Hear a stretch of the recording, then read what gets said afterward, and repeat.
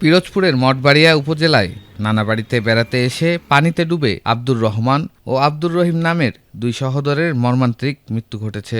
তাদের বয়স ছিল যথাক্রমে ৮ ও ৩। শুক্রবার সন্ধ্যা ৬:৩০টার দিকে উপজেলার ভেস্কি গ্রামে এই ঘটনা ঘটে।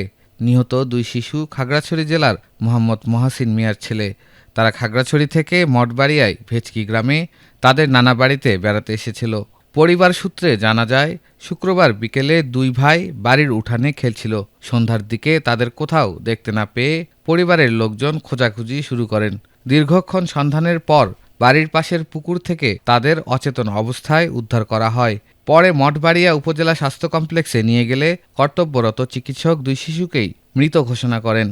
একসঙ্গে দুই সন্তানের এমন অকাল ও মর্মান্তিক মৃত্যুতে পরিবার ও এলাকায় গভীর শোকের ছায়া নেমে এসেছে।